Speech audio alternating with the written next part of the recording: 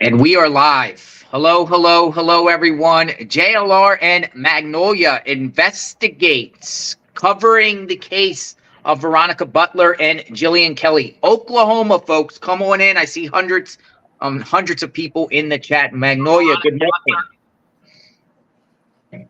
Good morning, everyone.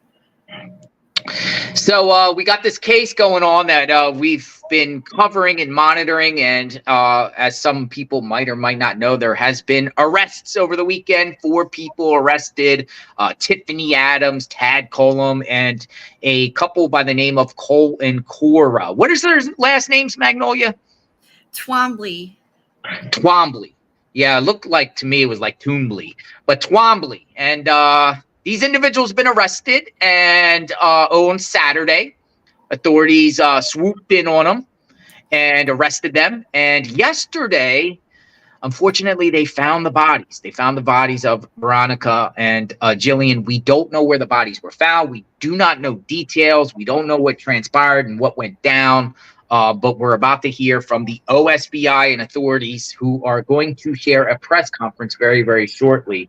Magnolia, what is your take on this entire situation?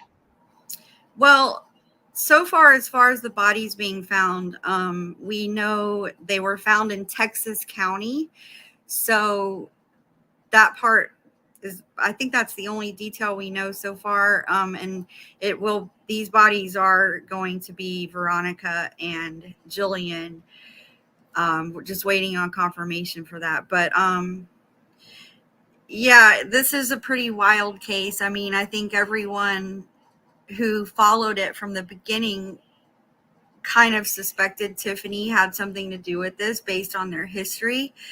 You know, there's a timeline here of events that happened leading up to this. And the main thing was, you know, this custody dispute. And Tifany seemed to go out of her way to gain full custody of the kids. She tried to keep them from her own son. And looking at some of the details that are coming out, back in November, there were filings in the court with Wrangler withdrawing his paternity action against Tifany. She was trying to get full guardianship. And just a few days later, it's very interesting because she responded to an emotion and said that her own son was degenerate and he didn't care about the kids. He was indifferent to the kids. He would rather use drugs and engage in degenerate behavior. I mean, this is really strong language to use against your own son, but she did this in a court filing on November 13th. Now, what's interesting is on November 16th, 3 days later, Wrangler Rickman was served with a warrant for possession of a firearm as a felony, because he's a former felon, I guess. So, you know, a lot of us are saying, did Tifany Adams actually set him up with a gun and get him arrested to try to get him sent off to jail?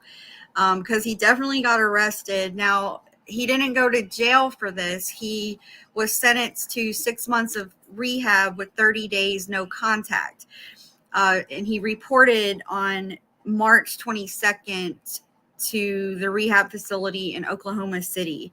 And then just 8 days later is when this tragedy happened. So, you know, the timeline leading up to this made it pretty clear that we were going to be looking at Tifany Adams as the main suspect. And that's proven to be true. Now we just have to find out what role each of these characters played in the plot. So you got Tifany and her boyfriend, and then their friends. Now we're getting a lot of random details from people about the Twomblys.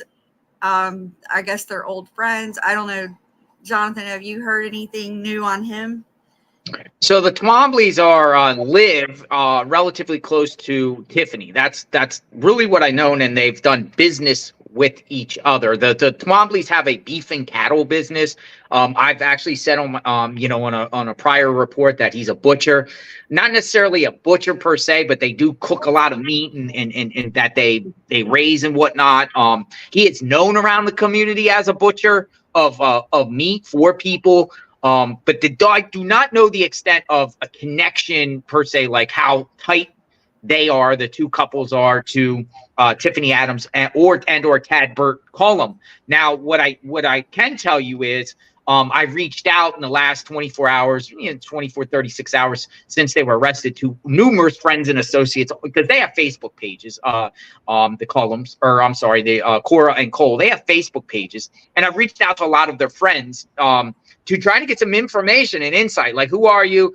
Who are these people? Or how do you know them? Are they bad people? And 3 people have responded to me and said they're actually good people. They're actually good people. I've shared a video on this channel about Cole participating in a raffle, a raffle for charity and whatnot. So it seems like they're liked in the community. I just can't see how and why they would take this dark path. And it will be interesting to see what their role is. I'm thinking it might be more like they assisted in the disposal of the bodies, but we're about to hear. Maybe they'll give the details, maybe they won't. But hopefully we can get some details and more insight. What do you think? Yeah, I don't know. I think they may have played more of a role than just moving the bodies or disposing the bodies. Just because all 4 people were charged with first-degree murder and kidnapping. It's not as if, like, let's say it's not as if just Tifany and Tad were charged with murder and kidnapping, and then Cole and Cora were charged with conspiracy. No, they were all 4 charged with the same thing, first-degree murder across the board, all the same charges. So I really kind of think there may have been a plot between the 4 of them to do this. Yeah, and I heard that someone had said that they thought Cole Twombly was the ex of one of the women involved. So I'm not really sure on that detail, but they're clearly very close friends.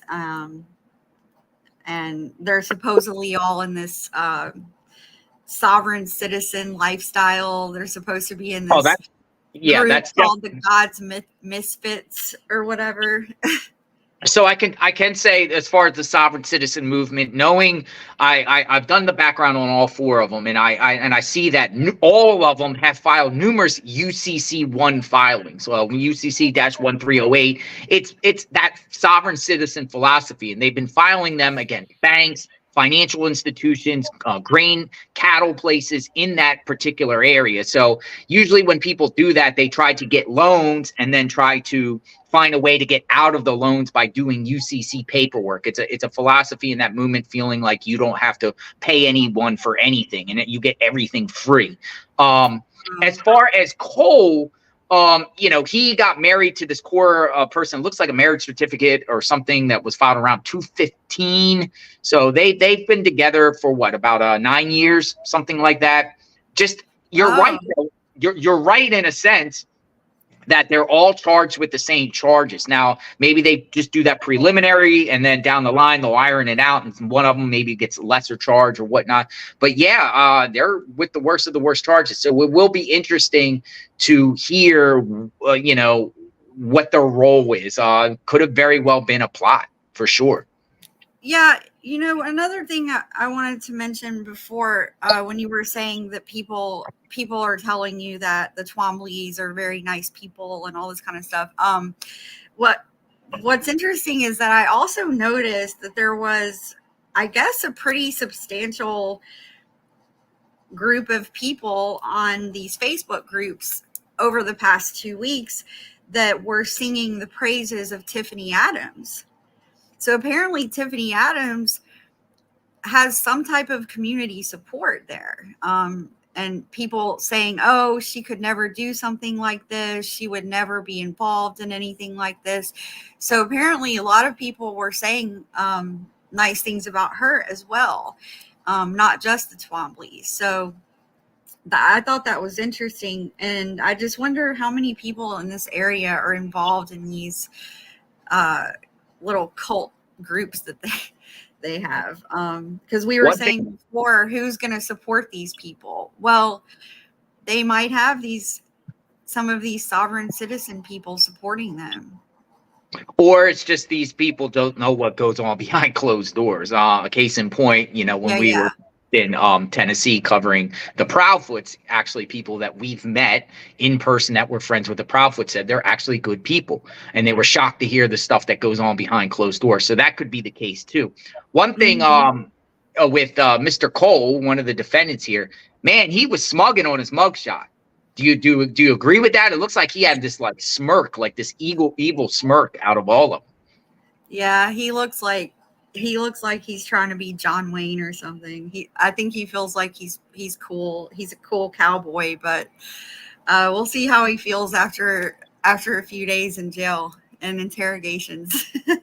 Well, he better get used to it, because most of them will probably most likely spend the rest of their lives in prison, if not the death penalty. I think this is going to be a capital case for sure. It has the ingredients and the aggravating factors, a lot of aggravating factors here. And we'll see what happens. We're waiting for the press conference, ladies and gentlemen. Thanks for coming on JLR Investigates. We got Magnolia in the chat too. And Magnolia, I put Magnolia's I put her profile in the description of this video. Click onto her channel, sub to her channel, because we're going to get her channel up. Magnolia does great work with me. We go out to the scenes and we see what's going on. A lot of my boots of the ground coverage in the last year, believe it or not, Magnolia has joined me with. She's just been behind the scenes. She does great work to try to put the pieces together and everything like that. Magnolia has a pedigree in journalism. And we're trekking forward. We want to understand what happened with this particular case, and I'm curious about the details. It's just shocking that two moms from Kansas would go all the way out to Oklahoma only to be possibly ambushed, and eventually murdered. It's just shocking to the core to me, and I want to know what happened here. Well, it's horrifying, and we were talking about this the other day. We cover so many wild cases on our channel. They're always, a lot of these true crime cases, they're just horrible. But it's like, people always ask me like, oh, doesn't this get to you sometimes? Or isn't it so depressing to cover these types of cases? And a lot of times it does, it's always sad and tragic, but things move so fast all the time. And it's, sometimes we get caught up in the work and the fast paced movement of everything. But there's certain times and certain cases that really just crush me. And I think I was saying the other night, it's like, and anytime a loving mother is taken from her children so brutally, it just absolutely destroys me. It's like I can hardly even think about it without crying, because you just think of the little kids, like, they're saying, where's mommy? Like the little girl that was supposed to be her birthday party that day, and mommy never showed up, and mommy's never coming home. It's just like, I can't even, it's so hard to even think about. And we were talking about, the Breanne Pennington case. Like, her kids saw her. They had to see that. It's just, I can't get over how these people can just take a mother from her children that way. It's unbelievable. And it's not just her. It's Jillian too. Jillian's got 4 kids. So now we have 6 kids without their mother. And I just hope, I don't know what's going to happen with Wrangler. I don't know. I heard that he may be getting out early from his court-ordered rehab. I don't know if that's true or not. But to me, it seems like he really just does not have a lot of positive support around him. I think that's pretty clear. He had his own mother going after him. I can tell he's got, he's fragile mentally. I think it's fair to say. So I don't know what's going to happen with him, or, if the kids will go back with him when he comes home. I mean, I hope that they can have a situation like that, but if not, I do know that community came out in support yesterday. I know that there's a lot of strong community support for both these families. So yeah, I'm looking around right now as you talk to see if the press conference is up. I do not see it yet. It is scheduled to begin just about now.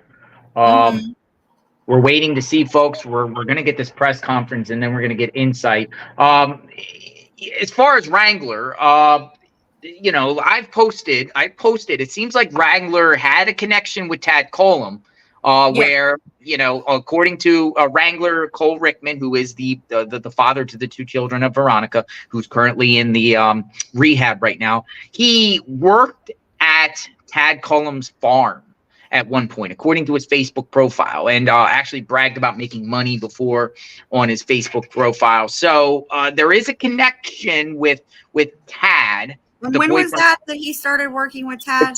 It said 18. It said 2018 that I saw. And anyone can list anything as you work anywhere on Facebook, in fairness.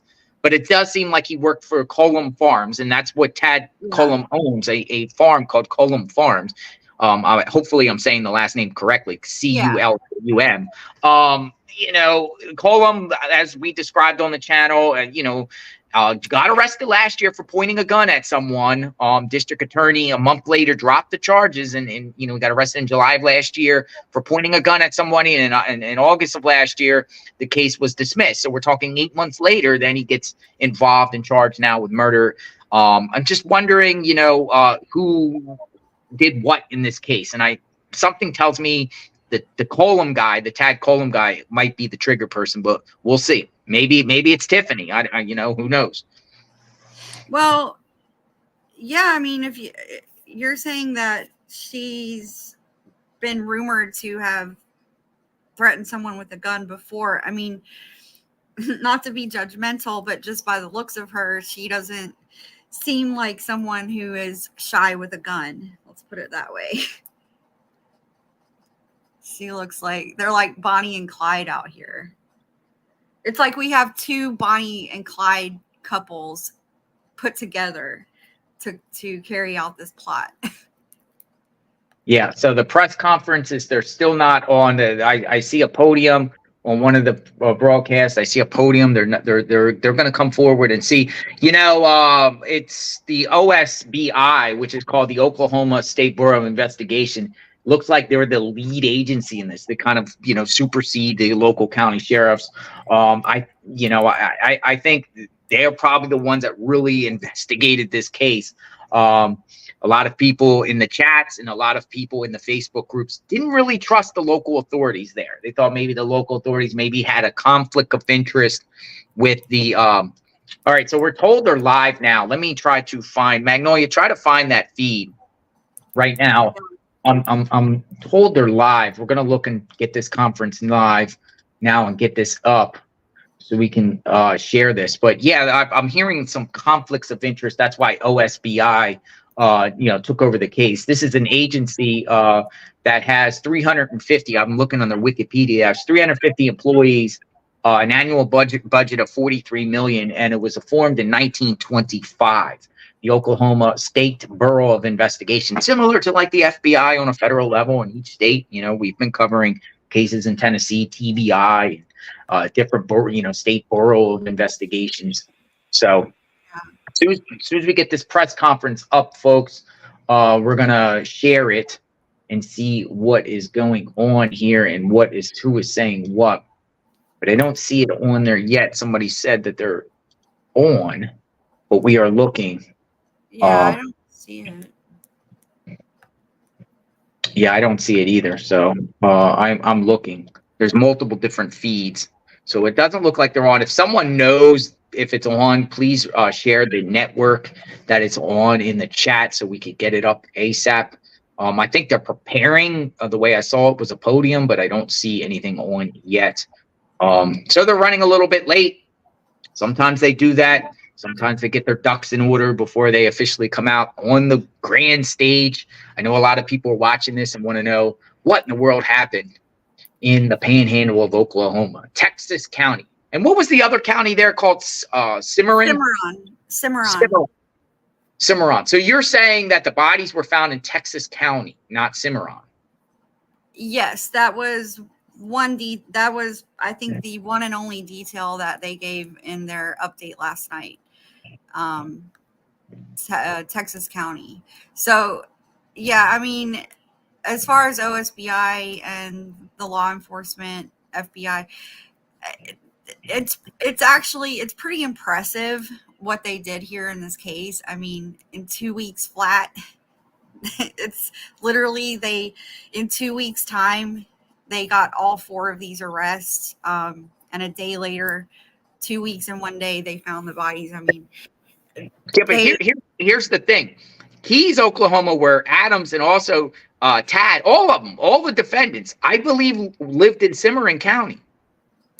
I think all the defendants lived in Cimarron County. That's the way I'm reading it, unless Cole and Cora lived in another county and lived in Texas County, because they did say 3 of the defendants got arrested in Cimarron, 1 got in Texas County. Now that the bodies that you're saying that you read were found in Texas County makes it interesting because they live in Cimarron County. At least Tim Adams for sure, and Tad live in Cimarron. Yeah, they picked up someone in Texas County. So last night they posted that they had recovered 2 deceased persons in rural Texas County. So I think somebody told where the bodies were. Oh, sure, for sure. Because it's a needle in the haystack. You're talking about a terrain similar to like Dillon Rounds, right? Just remote, barren, nothing out there, and it's a needle in the haystack. You can maybe look, but you're gonna need some assistance from someone to lead you to a body. And we suspected once, and a lot of the legal analysts on Twitter, there was a lot of people that been covering the case, suspected once the arrest came that one of them is gonna snitch on the others, or one of them is going to take that bite at the apple, or maybe all of them confessed and said where the bodies are, but someone would probably come forward and share the information, maybe even offered a sweet deal, or even maybe interrogated and the authorities didn't offer a deal, but said, gave them, hey man, you're going to spend the rest of your life, you're going to get the needle if you don't tell where the body is, and sort of deal, and scare them into, hey, I know where it's at, here's where it's at. But they found the bodies a day after the arrest. I mean, sometimes in the situation at the time of arrest, within hours they find the body. So maybe these people sat overnight and simmered that first day in solitary confinement and was like, I'm going to tell, let me speak to the DA, let me speak to the police, I'm going to tell. I mean, they're literally all 4 charged with first-degree murder in a death penalty state. So somebody, I would think, is going to crack in that situation. I mean, you can't. I'm thinking it might have been Cora who told, because there's rumors out there that she, the daughter of Cora and Cole, their teenage daughter, might have been the one who turned everyone in. So, they can use interrogation techniques on her, and appeal to her maternal instincts and all this kind of stuff, and kind of use her daughter against her and make her crack.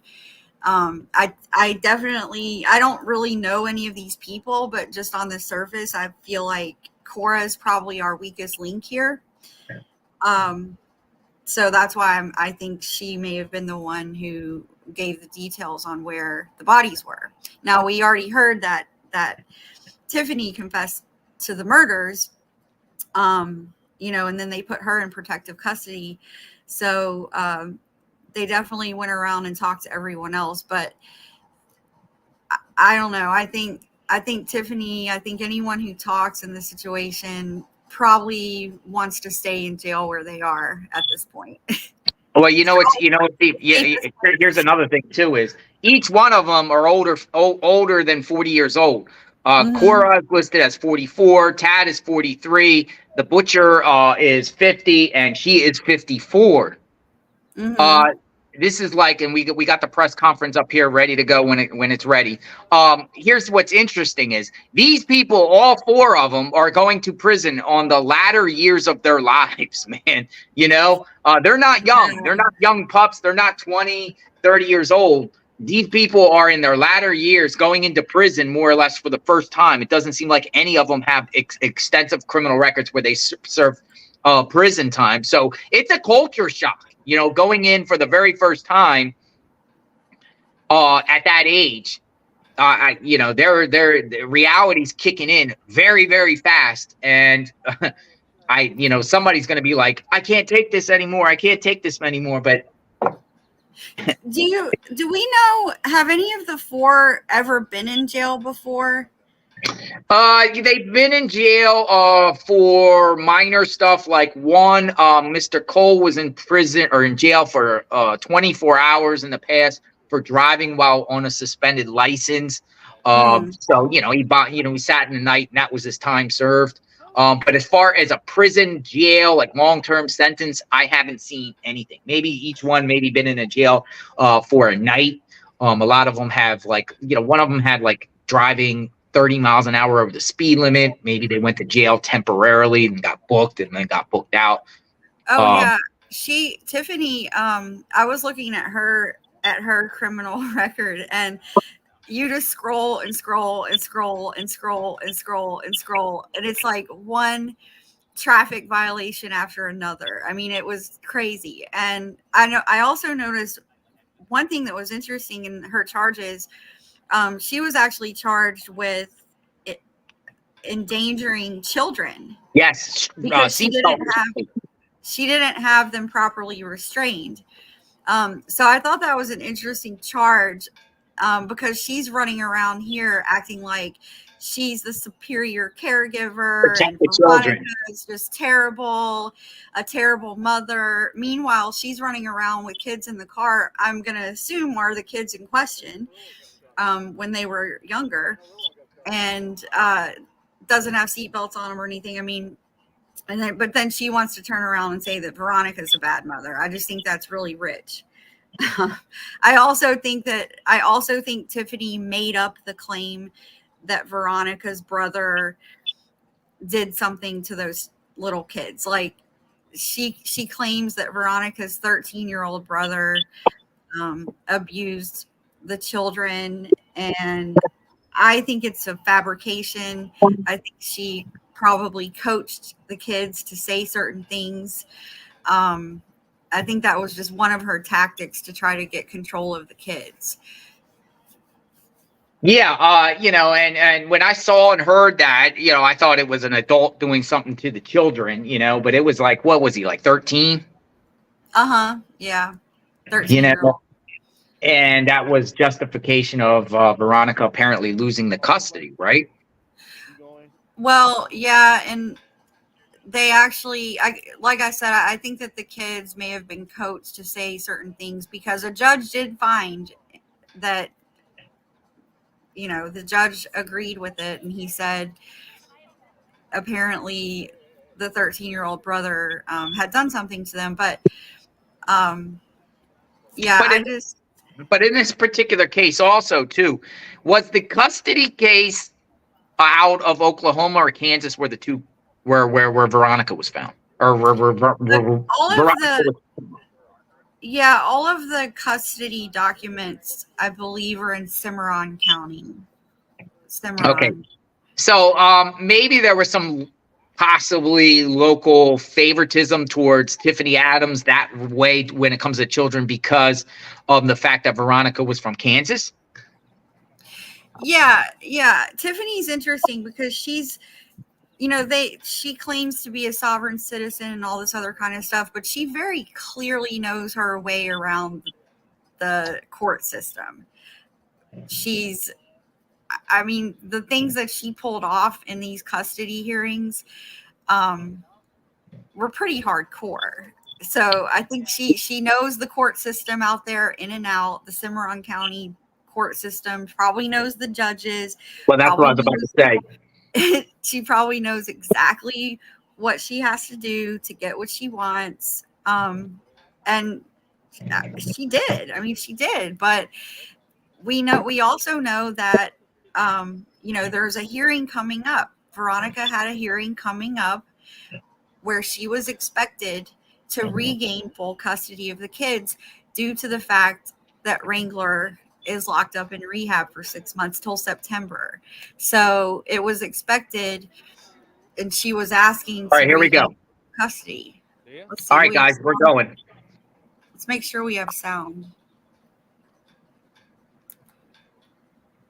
Not to cut you off. Okay. Yeah. So we just have to wait for the mics. Oh, they're at the jail. That's outside the jail. Is everybody ready? 1, 2, 3, 4, 5, 6, 7, 8, 9, 10. Testing. 1, 2, 3.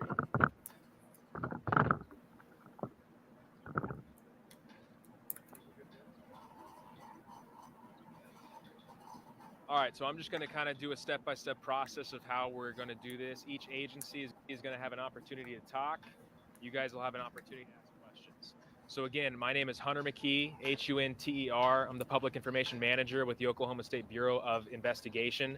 We have the Director of the OSBI, Angela Spurlock here, the Deputy Director of the OSBI, Stephen Carter. We also have representatives with the Federal Bureau of Investigation. We have the Texas County Sheriff, and we also have the District Attorney. So we are going to start with a few words from the Director of the OSBI, Angela Spurlock.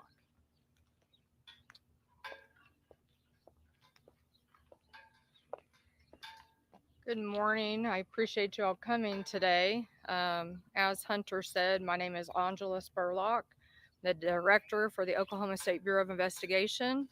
As you all know, we have been working very diligently for the last 2 weeks to bring closure to the families. This has been challenging for everybody involved. This case did not end the way we had hoped. It has certainly been a tragedy for everybody involved.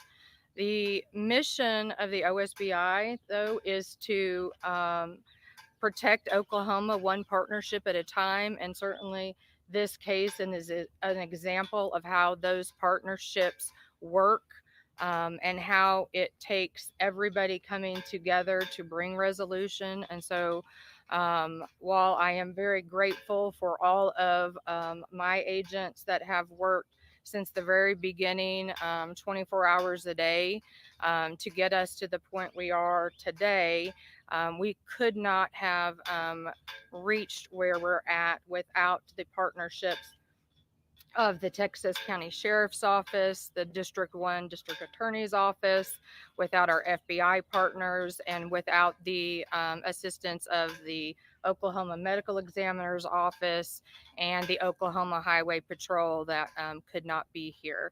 So our condolences go out to the family, and we will continue to update you as we continue to move this investigation forward. And I'm going to now turn it over to our FBI partners. Thank you. Good morning. My name is Sonia Garcia. I am Acting Special Agent in Charge for the Oklahoma City Field Office, FBI. On behalf of the entire FBI, I want to express our sincerest condolences to the family and loved ones of Veronica and Jilian. The FBI was requested to assist on this matter on April 4th, and since then, we've had a dedicated team of analysts, agents, evidence response, and tactical personnel working around the clock and alongside with OSBI and Texas County Sheriff's Office to bring the individuals responsible for this crime into custody and to provide a sense of closure to the families and to this community. Know that we are grieving with you today. We will continue to work with our partners and to be an advocate for Jilian and Veronica and to ensure that justice will be served. Thank you.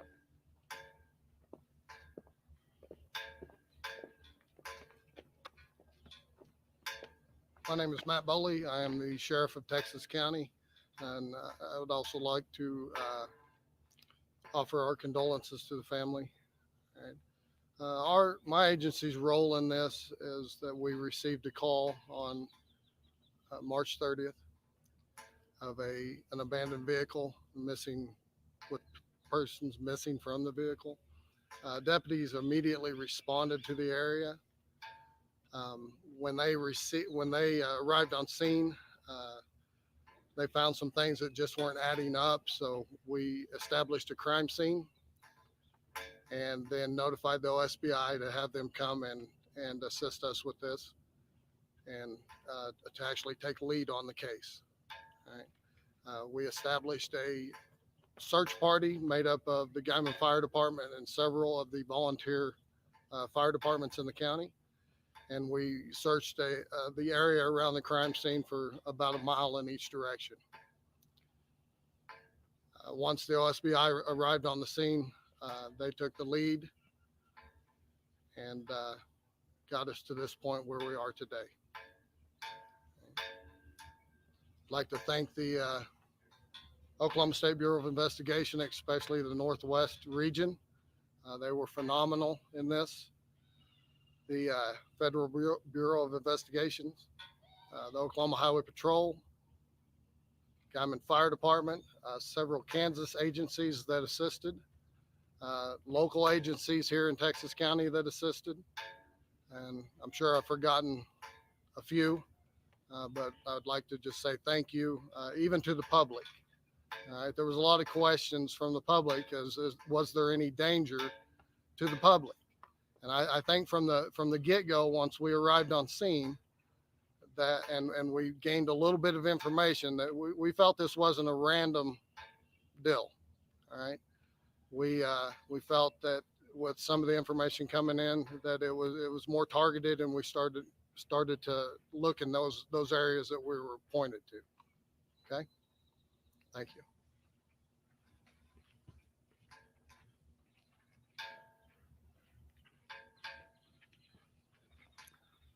I'm George Harrison Leach III. I'm the district attorney for District 1. I wanted to start to let you know that on Friday, the informations were filed, and they were filed under seal.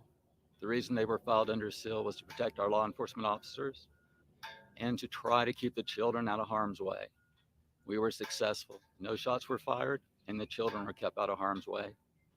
Our district judge issued an order this morning, and those files are now unsealed. So you can get the information at the courthouse, you can get the affidavits at the courthouse, which will give you the facts that we were working off of. Additionally, I would like to begin by, this has been an amazing enterprise. I was reading on social media some of the stuff, and there were people out there that thought law enforcement was asleep, that they weren't doing anything.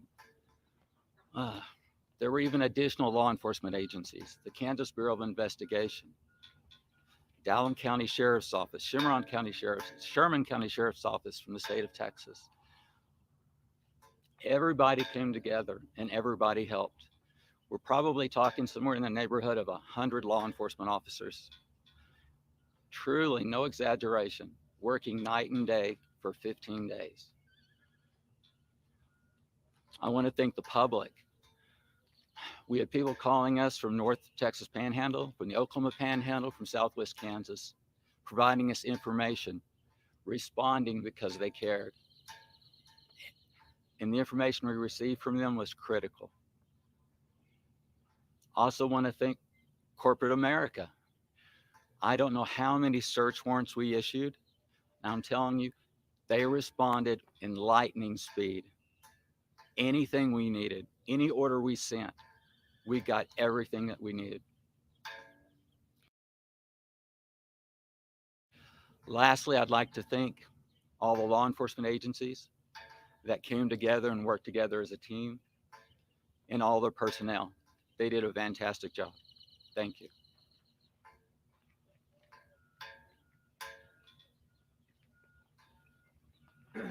Any additional questions you guys have, go right on ahead. Is there confirmation at this point that the bodies recovered are Jillian and Veronica? Not at this time. We have we identified that there were 2 bodies during our search.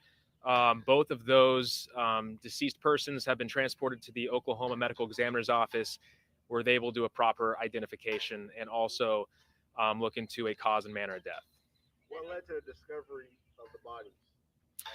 Based on the evidence that our agents and local law enforcement were able to obtain, we used that to search a wide area throughout Texas County, and we were able to use those resources in order to find where these 2 bodies were. Do you know the timeline for when the bodies should be identified and when we should know what the cause of death was? It's a case-by-case basis, but as soon as we hear back from the Oklahoma Medical Examiner's Office, we will let the public know.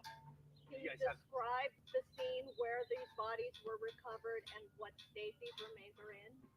No, I mean, I can say that it was a very rural area. I cannot state the condition of the Is bodies. this private property? I cannot confirm that at this time. In Oklahoma, there's the death penalty. If convicted, could we possibly maybe see this in this case? You would have to reach out to the district attorney's office. That'll be something that will be discussed further down the line. DA Stewart alluded to a lot of people calling in with a lot of tips. Were there particular tips that broke this case?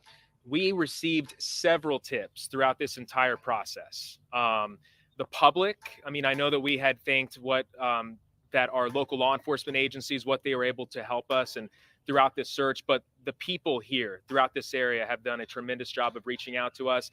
The original press release that we had put out on March 31st in regards to searching for these 2 women, we constantly received several tips and had used those throughout the entire 14-day process in order to find these 2 bodies, and then also discover and find those who were responsible for this crime. So the reason foul play was suspected was because of evidence found in the park. Can you go into more detail now of what that evidence was? We cannot still at this time. It is still an ongoing investigation, and that is for our investigative purposes. Again, we can say that the evidence that was discovered inside of that abandoned vehicle and around it, we're able to help our investigators determine that there was foul play involved, and then led to the progression of this investigation. What was in the vehicle around it, we cannot discuss. It was quite a convoy in executing these 4 search warrants. Was there concern of resistance to arrest? How much concern was there over a possible gunfight? When you are regarding arrests and multiple arrests in the magnitude that we have all discussed, there is always, there is always a cause of trying to protect the public as best you possibly can. We can say that all 4 of those arrests were made without incident, and so that, of course, went extremely well, and we are extremely grateful. Another agency that wasn't able to make it, that was a big part of that and helped us tremendously, was the Oklahoma Highway Patrol. So we want to thank them tremendously on that. But I mean, again, there was concern, but we are extremely thankful that no one was hurt, no one was injured during this process. Did any of the 4 suspects charged in the case tell law enforcement where to find them? Say that one more time. Did any of the 4 suspects charged in the case tell law enforcement where to find them? No, we cannot discuss that at this time. How early did you guys have suspects?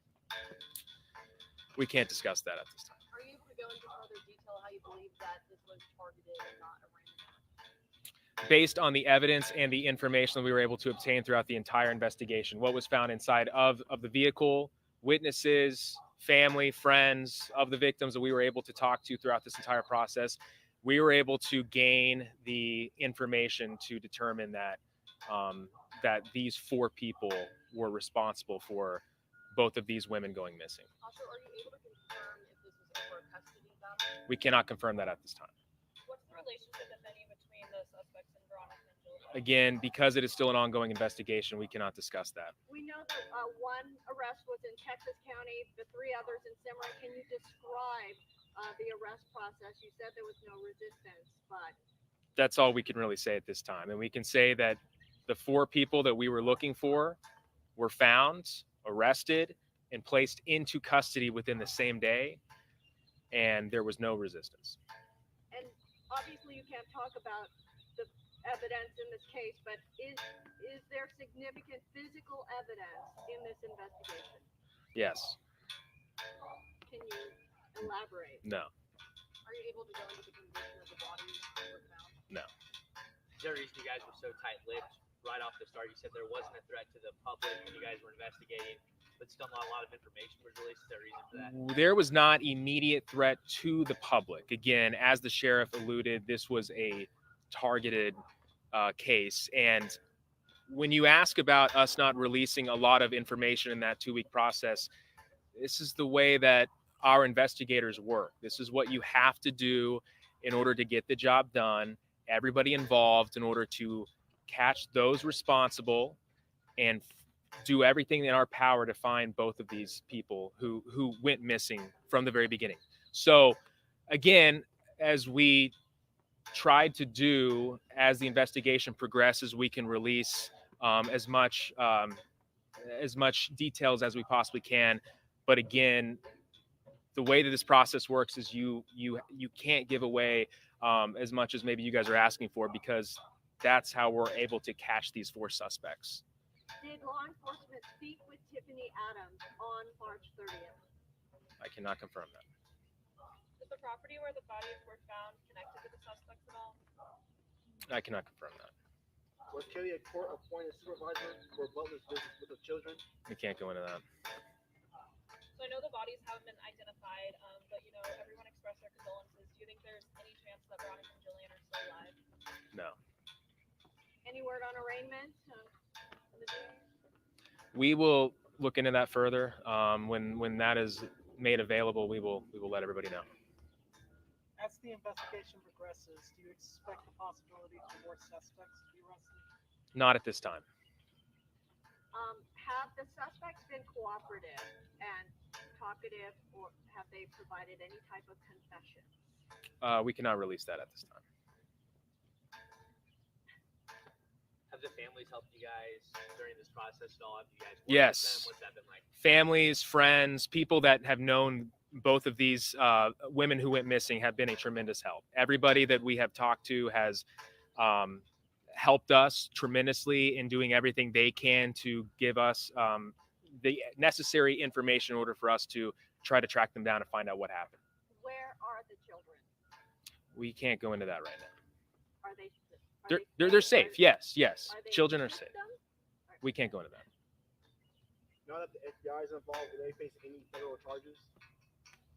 We're not going to go into that right now. So what next? Is there going to be further investigation? Yes, in, the investigation continues. The next steps are when the identification of the 2 victims is made, we will let everyone know. And when the cause and manner of death is made by the medical examiner's office, we will let everyone know. Right? Were the bodies together? We cannot confirm that. Right now, there are no suspects at large. The public is not in danger. That's what's important to us. We are extremely grateful that we were able to locate and arrest the 4 people that we believe are responsible for this crime. As soon as the identification is made with the bodies, we will let everyone know. But again, it took everybody in this case to get this done. We know that there were people throughout the 2-week process who were frustrated, who wanted answers as soon as possible. You know, we wanted those answers too. But just know that our OSBI agents, FBI agents, troopers, Kansas Bureau of Investigation, the KHP, everybody worked nonstop in order to come together and make these arrests. Can you talk at all about the relationship between No, we can't go into that right now. Was there ever any concern for the children at any point in this investigation? Like for their safety? There's always concern whenever there's children involved, but we can say that the children are safe. With this being such a rural area, did this make this case unique in any ways? It made it challenging. Again, you're talking about northern Texas County, near that Kansas line. It's very rural. Those of you in the media that have been up there covering this, there's not a lot of homes, not a lot of buildings or businesses. Sometimes you could use cameras to help you in this case. We did not have that. So that's what made it extremely challenging.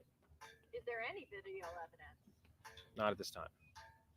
Have you ever seen a case like this? Like, is there anything different about it? The OSBI covers all kinds of cases. Each case is different in their own way. They're all just as important to us. But you know, this case was tragic. You have two people who are dead, and four people that committed an absolutely brutal crime. And so, again, that's why it took every agency involved in this in order to get this done. Those four are still being held here? Yes. Is everybody good? Thank you, everybody, for coming. Thank you. Okay, ladies and gentlemen. Magnolia, you there? Yeah. All right. You start with your analysis. What do you think? Well, I told you before it started that I expected it to be a victory lap type of press conference. That's normally what we see right after arrests are made. And that is kind of what it was. You know, they were congratulating all the law enforcement efforts on reaching this conclusion.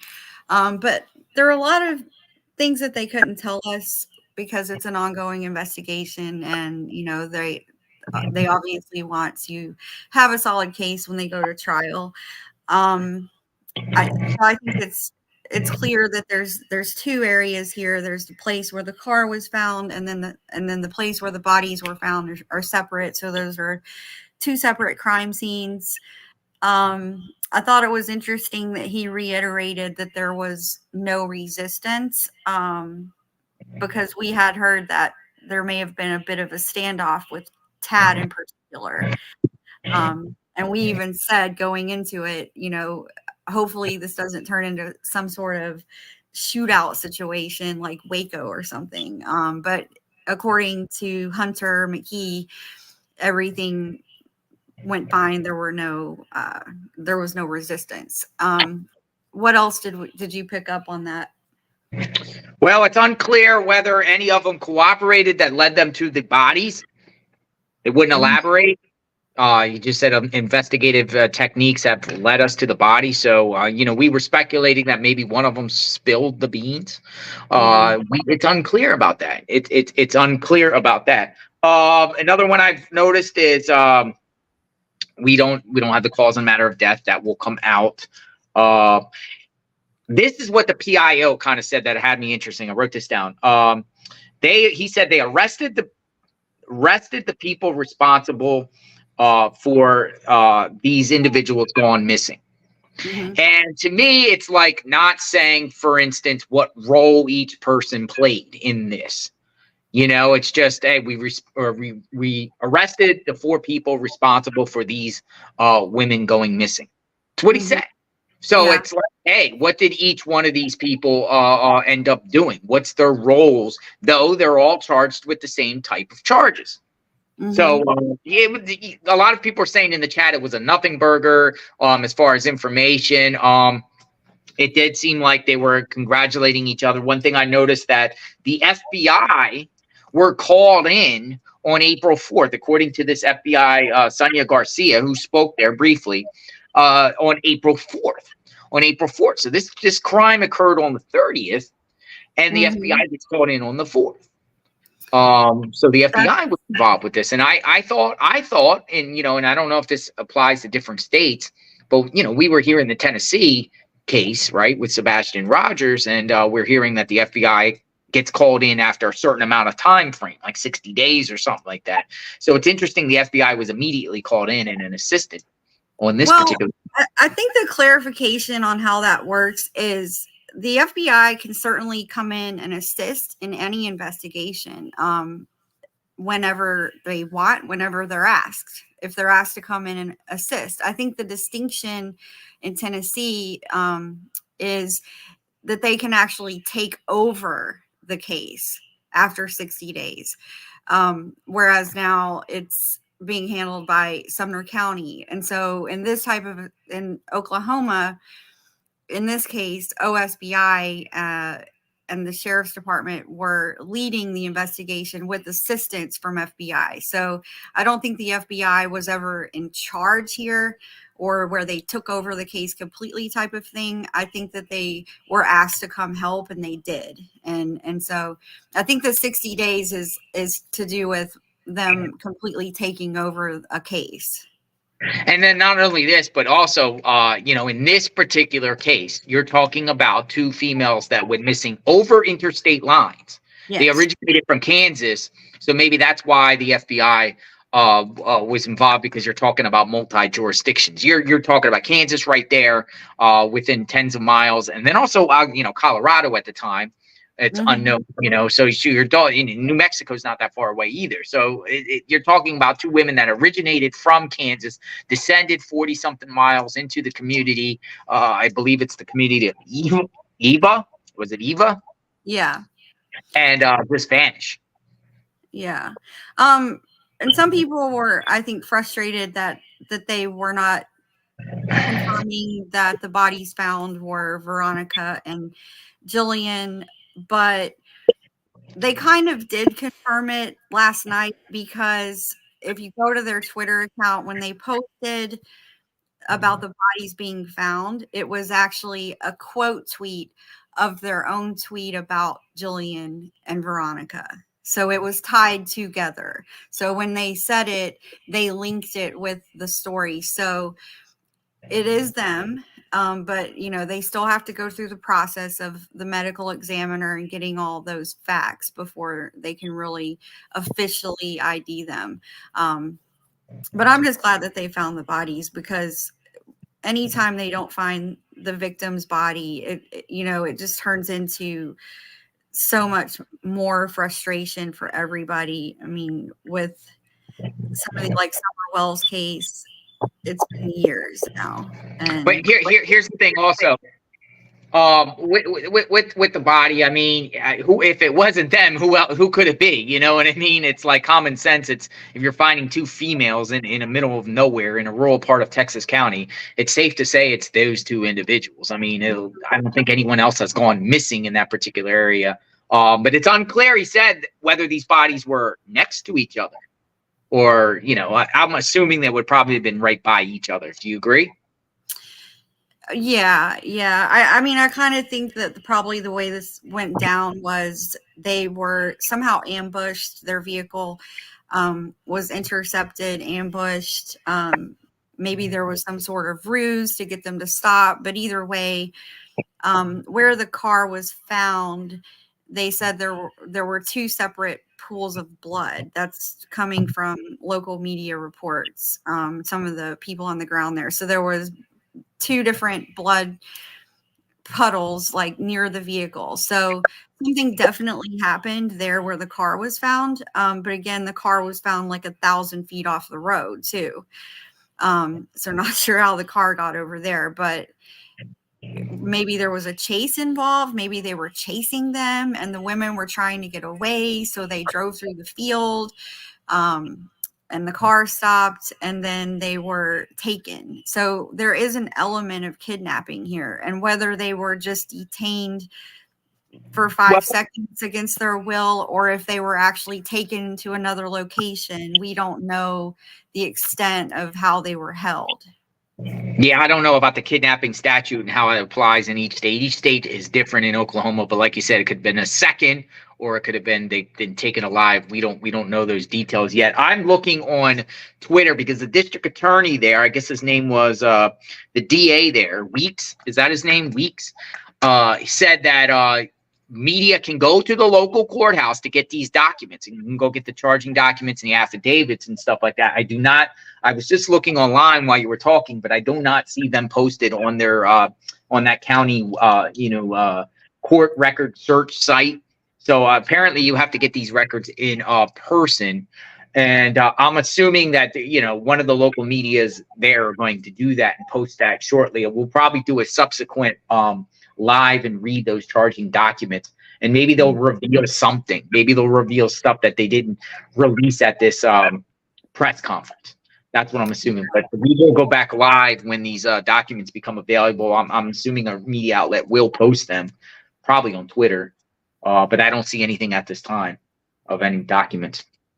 Another Yeah, thing, we'll cover another that. thing, yeah, definitely. And they mentioned multiple agencies. They mentioned Kansas Bureau of Investigation, Kansas Highway Patrol, Oklahoma Bureau of Investigation, Oklahoma Highway Patrol, the county sheriffs there. I mean, a lot of agencies. You got multiple agencies involved, and this is such a big case that you have the director of the Oklahoma State Bureau of Investigation in front of that jail there.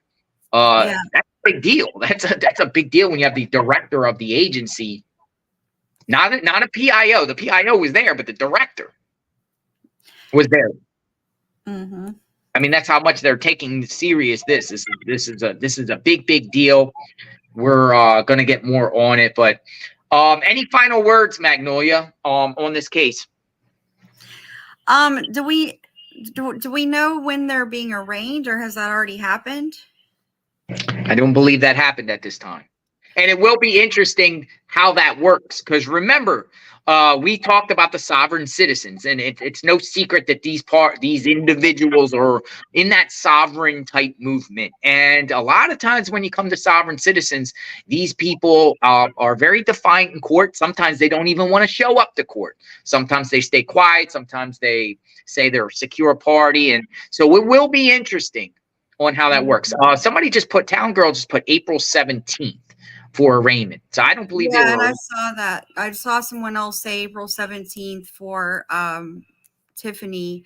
So yeah, so we'll have to look at that, and those documents will definitely be released. I think the probable cause affidavits, warrants, those things. Someone had a question about why Veronica didn't have custody of the kids. So I'll just kind of go over that just so people understand.